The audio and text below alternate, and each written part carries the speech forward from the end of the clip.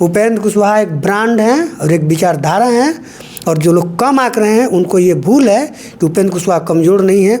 उपेंद्र कुशवाहा बिहार के लिए बहुत बड़ी ताकत बनने जा रहे हैं। तो अभी जो हमारे यहाँ लोकसभा क्षेत्र की संख्या 40 है तो 60 हो सकती है। उपेंद्र कुशवाहा के नेता नहीं, राजनेता हैं और एक विचारधारा हैं।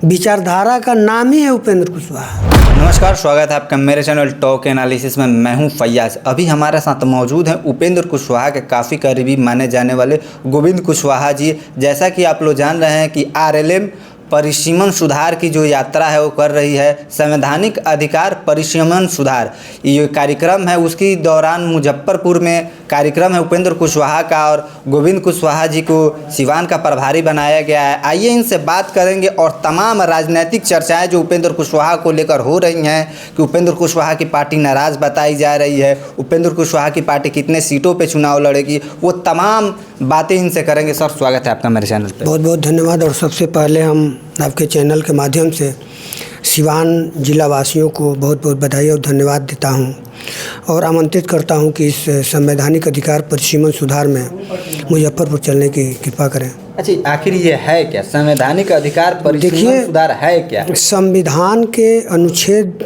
82 में ये निहित है कि प्रत्येक 10 साल पर जनगणना के आधार पर सीटों का बंटवारा, विस्तारण, परिसीमन किया जाना चाहिए।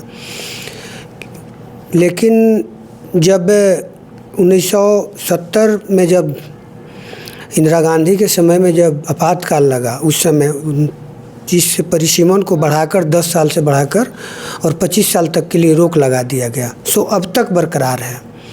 माननीय नेता श्री उपेंद्र कुशवाहा जी ने इस मुद्दे को लाया आम जनहित के लिए, ताकि इससे सभी लोगों को फ़ायदा है। जैसे बिहार सहित अन्य उत्तर भारत के राज्यों में एक सांसद तकरीबन 32 लाख, 30 लाख, 35 लाख की आबादी पर चुने जाते हैं, और दक्षिण के राज्यों में 20 लाख की आबादी पर एक सांसद चुने जाते हैं। जबकि हमारा संवैधानिक अधिकार और संविधान कहता है कि हम भारत के लोग, तो हम भारत के लोग, और उसमें साफ निहित है कि एक वोट एक मूल्य, एक व्यक्ति एक वोट और एक मूल्य। सबके वोटों का कीमत समान होना चाहिए, चाहे वो कर्नाटक के हो, पश्चिम बंगाल के हो, तेलंगाना के हो, बिहार के हो या झारखंड के हो, यानी किसी भी राज्य के हो, सभी लोगों की वोटों की कीमत समान होनी चाहिए। और 5 साल में एक साल में एक सांसद को 5 करोड़ रुपया सांसद क्षेत्र में सांसद निधि के रूप में मिलता है। जो हमारे यहाँ 5 करोड़ जो मिलता है वो 30 लाख से अधिक आबादी पर खर्च करना पड़ता है, और दक्षिण के राज्यों में 20 लाख की आबादी पर 10 लाख की तो हकमारी हो रही है बिहार के लिए।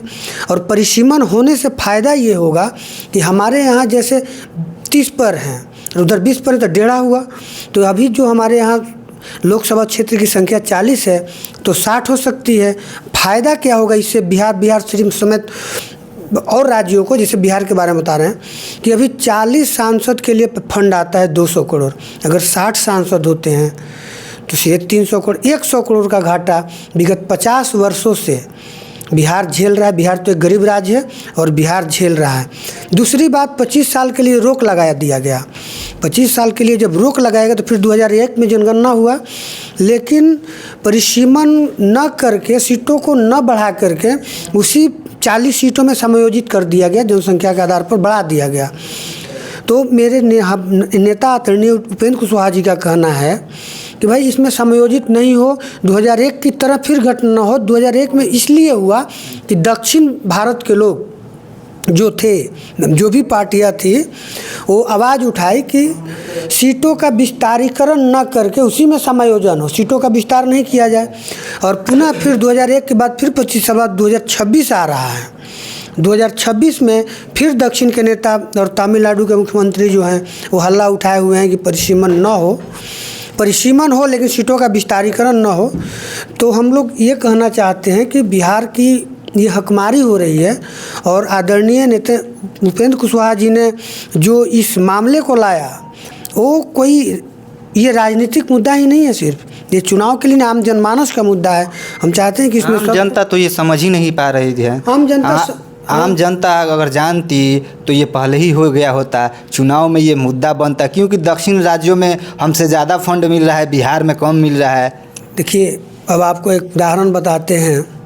लोकप्रिय नेता और जन जन के नेता उपेंद्र कुशवाहा जी, जिस भी आवाज़ को उन्होंने उठाया, जैसे शिक्षा सुधार का मामला हो, शिक्षा सुधार का मामला जब उठा, माननीय नेता उपेंद्र कुशवाहा जी के द्वारा ही उठाया गया।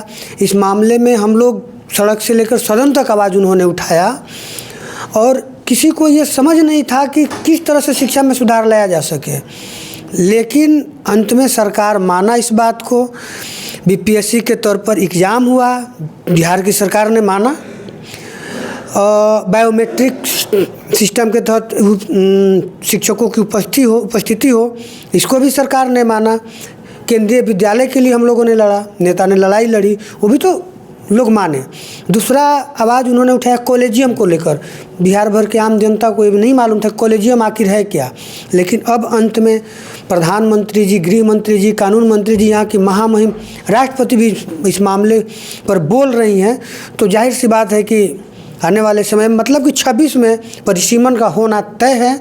ये बिहार नहीं, बिहार सहित उत्तर भारत के राज्यों का अधिकार है, नहीं पूरे देश भर के राज्यों का अधिकार है, जनता को अधिकार है कि एक वोट, एक व्यक्ति, एक मूल्य की अवधारणा पर ये होगा और परिसीमन होगा। अगर ऐसा नहीं होता है तो लोकसभा और राज्यसभा में चाहे कोई भी सदन और प्रतिनिधित्व घटेगा और बिहार को काफ़ी नुकसान होगा। अच्छा, ये कहा जा रहा है कि उपेंद्र कुशवाहा नाराज़ चल रहे हैं, जिस तरह से मंच से नरेंद्र मोदी जी ने उपेंद्र कुशवाहा का नाम नहीं लिया, और कहा जा रहा है कि उपेंद्र कुशवाहा और उपेंद्र कुशवाहा के समर्थक काफ़ी नाराज़ बताए जा रहे हैं। अच्छा, आपको लगता है क्या कि उपेंद्र कुशवाहा किसी पहचान के मोहताज हैं? वो बकरी का बच्चा नहीं ना, उड़िया का तोपा हुआ, कोई नहीं पहचानता है। उपेंद्र कुशवाहा को पहचान की ज़रूरत नहीं है। उपेंद्र कुशवाहा एक खुद विचारधारा हैं, नेता के साथ साथ राजनेता हैं, विचारधारा हैं, आम जनता की आवाज़ है, किसी के पहचान के मुहताज नहीं है। तो नाराज़ नहीं है उपेंद्र कुशवाहा और उपेंद्र कुशवाहा के समर्थक। आखिर प्रधानमंत्री आते हैं, सारे नेताओं का नाम लेते हैं, उपेंद्र कुशवाहा को भूल जाते हैं, जो कि कभी उनके साथ उनके मंत्रिमंडल में रहे हैं।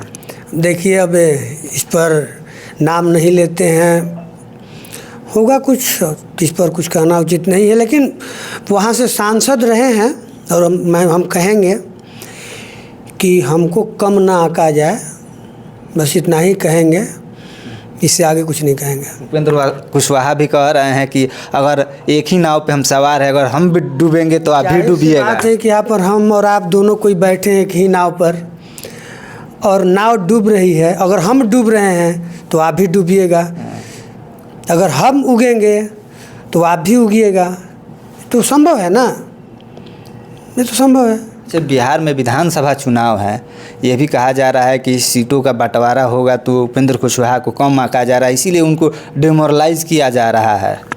देख, हम तो एक ही बात में आपको बता दिए, उपेंद्र कुशवाहा किसी पहचान के मुहताज है नहीं, ये एक खुद विचारधारा है। और जो लोग कम आंक रहे हैं उनको शायद ये पता नहीं कि उपेंद्र कुशवाहा होने की ताकत क्या है और उपेंद्र होने की ताकत क्या है, उनको शायद पता नहीं है, इसलिए वो लोग ऐसा कह रहे हैं कि कम आंका जा रहा है, ऐसा कुछ नहीं। अच्छा, कुशवाहा वोटर की बात की जाए, अगर कुशवाहा के नेता की बात की जाए, तो उपेंद्र कुशवाहा लोकसभा चुनाव हारने के बाद भी लोकप्रिय हुए हैं और ज़्यादा उनकी जो फ़ैन फॉलोइंग में वृद्धि हुई है। यहाँ चुनाव लोग हारते हैं तो लोग भूल जाते हैं, मगर उपेंद्र कुशवाहा की फ़ैन फॉलोइंग और ज़्यादा बढ़ी हुई है। हमने पहले ही आपसे कहा, उपेंद्र कुशवाहा के नेता नहीं, राजनेता हैं और एक विचारधारा हैं।